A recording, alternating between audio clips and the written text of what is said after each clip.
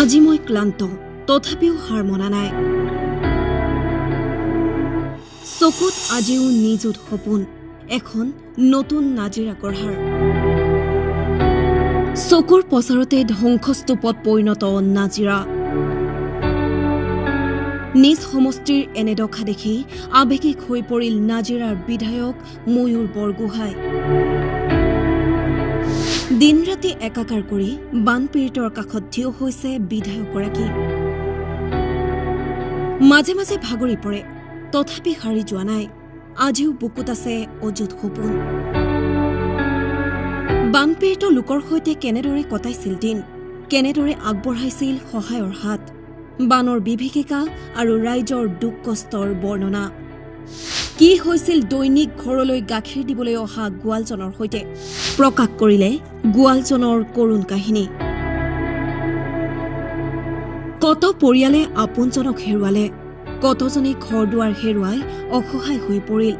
কোনোজনে পিতৃ, কোনোজনে মাতৃ আৰু কোনোজনে হেৰুৱালে সৰ্বস্ব। সকলো হেৰুৱাই সৰ্বস্বান্ত হোৱা প্ৰতিটো পৰিয়ালৰ কাষত থিয় দিলে বিধায়ক ময়ূৰ বৰগোহাঁই।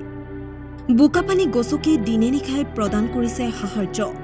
অসুস্থ অনুভৱ কৰিছে, কিন্তু হাৰ মনা নাই। পুনৰ এখন শক্তিশালী সুন্দৰ নাজিৰা গঢ়াৰ সংকল্পৰে কৰি গৈছে ৰাইজৰ হকে কাম।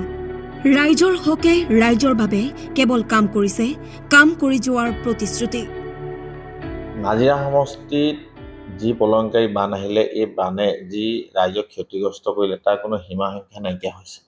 আৰু ৰাইজৰ এই সময়খিনিত যিটো দুখ দুৰ্দশা হৈছে, আপোনালোকে নিজৰ চকুৰে নেদেখিলে হয়তো বিশ্বাসেই কৰিব পৰা নাযায়। আৰু মাননীয় মুখ্যমন্ত্ৰী মহোদয়ে তাৎক্ষণিকভাৱে যাতে আমাৰ এই যিসকল বানাক্ৰান্ত ৰাইজৰ সহায় হয়, তাৰ কাৰণে 15,000 টকাকৈ দিয়াৰ ব্যৱস্থা কৰিছে। তাৰ বাবে মুখ্যমন্ত্ৰী মহোদয়ক ধন্যবাদ জ্ঞাপন কৰিছোঁ। আপোনালোকে এই কথাটো মই এইকাৰণেই কৈছোঁ যে আজি নাজিৰালৈ অসমৰ বিভিন্ন জেগাৰ পৰা যি ধৰণে ৰাইজে আহি তেওঁলোকক সহায় সহযোগিতা কৰিছে আৰু বানাক্ৰান্ত ৰাইজক খোৱা বস্তুৰে ভৰাই দিছে। এই সময়খিনিত ৰাইজৰ ওচৰত খোৱা বস্তুৰ অভাৱ নাই, কিন্তু এটা বাচন বৰ্তন কিনিবলৈ পইচা নাই। ঘৰৰ কাঁহী বাতিৰ পৰা গেছৰ চিলিণ্ডাৰৰ পৰা সকলো বানে উটাই লৈ গৈছে। এই সময়খিনিত খোৱা বস্তুখিনি পোৱাৰ পিছতো বনাব ক'ত, এই কথাটো অসমৰ মাননীয় মুখ্যমন্ত্ৰীয়ে উপলব্ধি কৰিছে। আৰু মানুহজন থাকিবৰ কাৰণে ঘৰৰ ভিতৰত থকাটো চব বস্তু উটুৱাই লৈ গ'ল। লেপ এখন নাই, তুলি এখন নাই, বিচনাৰ চাদৰ এখন নাই, গাৰু এটা নাই, মানুহ থাকিব ক'ত? সেইকাৰণে মাননীয় মুখ্যমন্ত্ৰী মহোদয়ে অহা 3 তাৰিখে তাৎক্ষণিকভাৱে 15,000 টকাকৈ তেওঁলোকৰ একাউণ্টত সোমোৱাই দিছে, যাতে মানুহখিনিয়ে এই যিখিনি একেবাৰে তেওঁলোকৰ প্ৰয়োজনীয় বস্তুকেইটা, ন্যূনতম বস্তুকেইটা যাতে কিনি ল'ব পাৰে, তাৰ কাৰণে ব্যৱস্থা কৰিছে। আৰু পৰৱৰ্তী পৰ্যায়ত মাননীয় মুখ্যমন্ত্ৰী মহোদয়ে কৈছে যাৰ যাৰ ঘৰ ডেমেজ হৈছে, যি ধৰণে চৰকাৰী ব্যৱস্থা আছে সেইধৰণে সম্পূৰ্ণৰূপে তেওঁলোকে যিমান খৰকটীয়াকৈ পাৰে সিমান খৰকটীয়াকৈ তেওঁলোকক এই ক্ষতিপূৰণ দিয়াৰ ব্যৱস্থা কৰিছে। আৰু এই ক্ষতিপূৰণ যে অকল ঘৰৰে হ'ব এইটো নহয়, বহু মানুহৰ জীৱ জন্তু নষ্ট হৈছে, গৰু ছাগলীৰ পৰা আদি কৰি কৃষিভূমি নষ্ট হৈছে, ব্ৰইলাৰ ফাৰ্ম নষ্ট হৈছে, গাহৰি ফাৰ্ম নষ্ট হৈছে, মাছত হেৰিখিনি নষ্ট হৈছে, পুখুৰী যি মাছ আছে খেতিপথাৰ নষ্ট হৈছে। গতিকে এই সকলোখিনি তেওঁলোকে পৰ্যায়ক্ৰমে দিয়া এটা ব্যৱস্থা কৰিছে। আৰু তাৰ লগতে বহু শিপিনী তাঁতশালখনো নষ্ট হৈ গৈছে। গতিকে সেইখিনি ক্ষতিপূৰণ দিয়াৰ কাৰণে বিভাগীয় যিসমূহ কৰ্তৃপক্ষ আছে তেওঁলোকক মুখ্যমন্ত্ৰী মহোদয়ে নিৰ্দেশ দিছে। আৰু সকলো বিভাগীয় কৰ্তৃপক্ষক, আমাৰ যিসকল সন্মানীয় কেবিনেট মিনিষ্টাৰসকল আছে, ইতিমধ্যে নাজিৰা বা চৰাইদেউ, শিৱসাগৰ এইবিলাকত তেওঁলোকে ঘূৰি ফুৰি এই গোটেই ব্যৱস্থাটো খুব সুন্দৰৰূপে তদাৰক কৰিছে। আৰু খুব আমি আশা ৰাখিছোঁ অহা 3 তাৰিখে মাননীয় মুখ্যমন্ত্ৰী মহোদয় আহিব আৰু এই আমাৰ নাজিৰা সমষ্টিটো আমি আকৌ নতুন আমি সজাই পৰাই তুলিব পাৰিম। যিদিনাখন বান আহিলে 2 দিন হৈ গ'ল, 2 দিন হৈ যোৱাৰ পিছত ৰাতিপুৱা সময়ত মায়ে মই মোৰ পত্নী আমি চাহ খাই আছোঁ ৰাতিপুৱা শুই উঠি ৰাতিপুৱাই। আৰু মানুহজনে মানে সেইটো সময়তে সদায় পুৱাই আহি আমাক গাখীৰ দিয়ে বিহুৰ পৰা আহি। আৰু সেইটো সময়ত মায়ে মই মোৰ পত্নীয়ে পাতিছোঁ যে মানে আজি আমাৰ হেৰিজন অহা নাই 2 দিন ধৰি। ময়ো কৈছে তাত পানী হৈছে সেইকাৰণে অহা নাই। তাৰপিছতে মায়েও কৈছে, আমি কথাটো পাতিছোঁ যে মানুহ একো ক্ষতি নহ'লেই হ'ল। তাৰপিছত মই ঘৰৰ পৰা গৈ তাত খুব বেছি 1.5 ঘণ্টা 2 ঘণ্টাৰ পিছত যেতিয়া চন্দক পাইছোঁ, তেওঁ আহি দৌৰি আহি মোক সাৱটি ধৰিছে, দাদা মোৰ মানে মই মোৰ পত্নীক বচাব নোৱাৰিলোঁ, মোৰ ছোৱালীজনীক বচাব নোৱাৰিলোঁ। গতিকে এইটো যিটো মানে এটা বেদনা, এইটো মই সেইটো সময়ত মানে এটা খুব আৱেগিকো হৈছোঁ। আৰু এইটো ঘটনা এনেকুৱা নহয়, এনেকুৱা 29টা ঘটনা আছে যাৰ যিসকল লোকে নিজৰ যে আত্মীয় স্বজন হেৰুৱালে 19 তাৰিখৰ কাল সন্ধ্যা আৰু কাহানিও ঘূৰি নাহক পুনৰ ঘূৰি আহক সেই অতীতৰ সোণালী দিনবোৰ হয় নিশ্চিতভাৱে অসম চৰকাৰৰ ফালৰ পৰা যিটো আছে 29জন পৰিয়াললৈ ইতিমধ্যে 29জন পৰিয়ালৰ প্ৰায় আমি 21-22 জনলৈ ইতিমধ্যে তাৎক্ষণিকভাৱে মানে আমি 4 লাখ টকা আমি আগবাঢ়িছো আজি আমি প্ৰায় 15 জন দিছো আগতে আমি 4-5 জন মান দিছো আমগুৰিত এজনক আজি 4 দিনৰ আগতে দিয়া হ'ল আৰু 3-4 জন আজি আহিব পৰা নাই ঘৰত কিয়নো তেওঁলোকৰ যিখিনি মানে মৃতকৰ যিখিনি সকাম আছে সেইখিনি তেওঁলোকে কৰাৰ কাৰণে আজি আহিব পৰা নাই আমি তেওঁলোকক কাইলৈ দিয়াৰ ব্যৱস্থা কৰিম আৰু মাননীয় মুখ্যমন্ত্ৰী মহোদয়ে কৈছে যে আৰু যি সকল মৃতকৰ যিসকল পৰিয়ালবৰ্গ আছে আৰু 5 লাখ টকা দিয়াৰ কথা চিন্তা তেওঁলোকে ঘোষণা কৰিছে আৰু 9 লাখ টকা হ'ব আৰু সেই 5 লাখ টকা আমি ঘৰে ঘৰে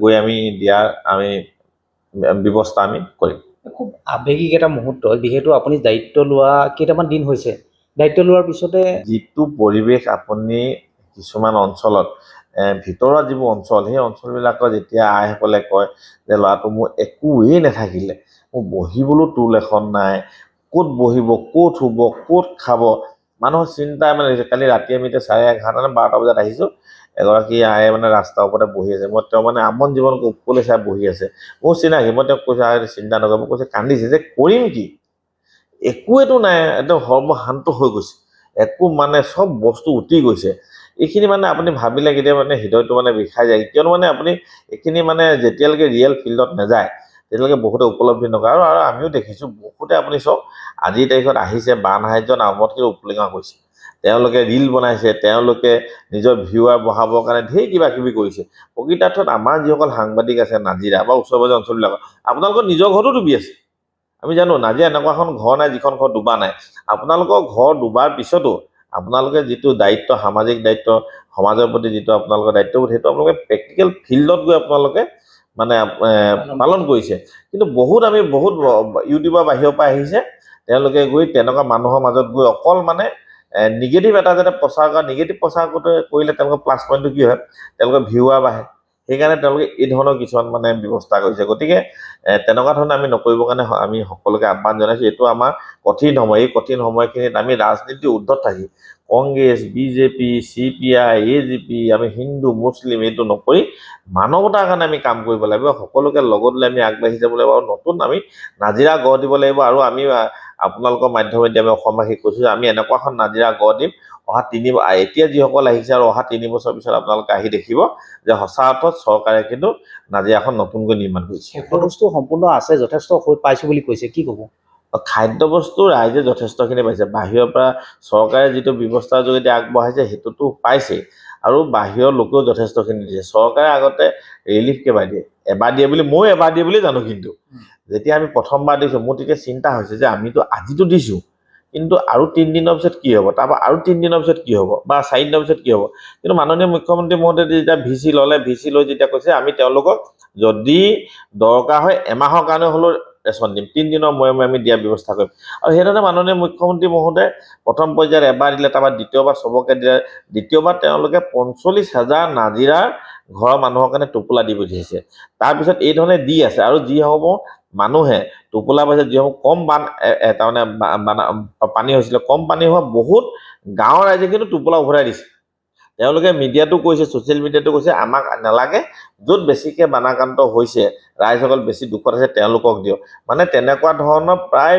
20,000 মানুহৰ ঘৰ আছে যিসকলে কৈছে এইবাৰ আমাক নালাগে তেনেকৈ ধৰি লওক আজি আমাৰ বৰাহীবাৰী বৰুৱাআলি এইফালে আমগুৰি এনেকৈ ধৰণে সেইফালে আমাৰ যিখিনি পঞ্চায়তখিনি আছে আমি এইফালে জয়মতী ফুলপানী এনেকুৱা ধৰণৰ কিছুমান পঞ্চায়ত আছে নপামবাৱতী গেলেকী নপুখুৰী পিয়লি ফুকন এনেকুৱা বহু পঞ্চায়তৰ ৰাইজে কৈছে আমাক এতিয়া নালাগে ৰিলিফটো এই ৰিলিফটো আপোনালোকে যিসকল লোক বেছিকৈ ক্ষতিগ্ৰস্ত হৈছে তেওঁলোকক দিয়ক এইখিনিও আজি যে সমাজত যে মানৱতা জীয়াই আছে কিন্তু মই নিজ চকুৰে দেখিছোঁ কিন্তু আজমল ডাঙৰীয়াই 1 কোটি নে 1.5 কোটি টকা দিওঁতে যিমান পাব্লিচিটি হ'ল ঋষিৰাজ হাজৰিকাই তাতকৈ বেছি আনিছিলে কিন্তু ইমান হেৰি কৰা নাই যিমান আনিছে আপোনালোকে বস্তু দেখিলে আজিও হয়তো বামুণপুখুৰী বাগিচাৰ যিখন মডেল স্কুল আছে মডেল স্কুলৰ ঋষিৰাজ হাজৰিকাই অনা 50 কাৰ্টুন মান এতিয়াও হয়তো গাখীৰ থাকিবই পাৰে আজি ঋষিৰাজ হাজৰিকাই অনা তাত হয়তো 100 কাৰ্টুন মান আপোনাৰ মানে বিস্কুট থাকিবই পাৰে ঋষিৰাজ হাজৰিকাই অনা হয়তো 3,000 কাপোৰ থাকিব পাৰে